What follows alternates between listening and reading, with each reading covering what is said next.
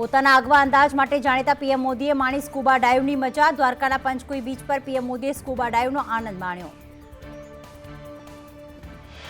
વડાપ્રધાન નરેન્દ્ર મોદીએ દ્વારકાધીશ જગત મંદિરે પૂજન અર્ચન કરી દર્શન કર્યા। રોડ શોમાં લોકોનું અભિવાદન ઝીલતા પીએમ જગત મંદિર પહોંચ્યા હતા।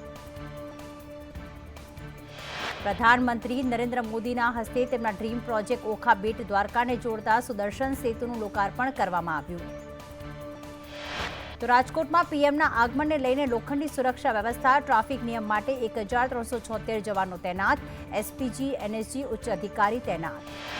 દેશને આજે મળશે 5 નવી એમ્સ। રાજકોટ ઉપરાંત યુપીના રાયબરેલીની એમ્સનું થશે લોકાર્પણ। પંજાબના ભટિંડામાં એમ્સનું લોકાર્પણ। પીએમ મોદીની 110મી વખત મન કી બાત। પ્રધાનમંત્રી મોદીએ કહ્યું, આજે ભારતીય નારી શક્તિ પ્રગતિના પંથે, અત્યારે ગામે ગામ ડ્રોન દીદી। મનસુખ માંડવિયા રાજકોટની સિનર્જી હોસ્પિટલમાં પહોંચ્યા હતા। રાઘોજી પટેલને મળીને તેમની તબિયત અંગે હાલચાલ પૂછ્યા હતા।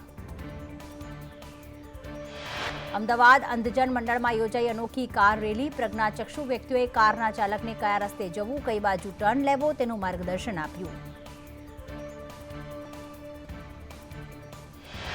સુરતમાં મહિલાની હત્યા કેસમાં મોટો ખુલાસો। પ્રેમીએ જ પ્રેમિકાને મોતને ઘાટ ઉતારી। પોલીસે મહારાષ્ટ્રથી આરોપી ઝડપ્યો।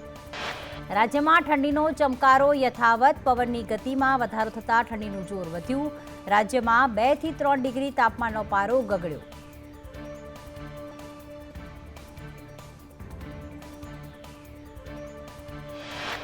તો 2 દિવસમાં જમ્મુ કાશ્મીરમાં હિમવર્ષાની આગાહી।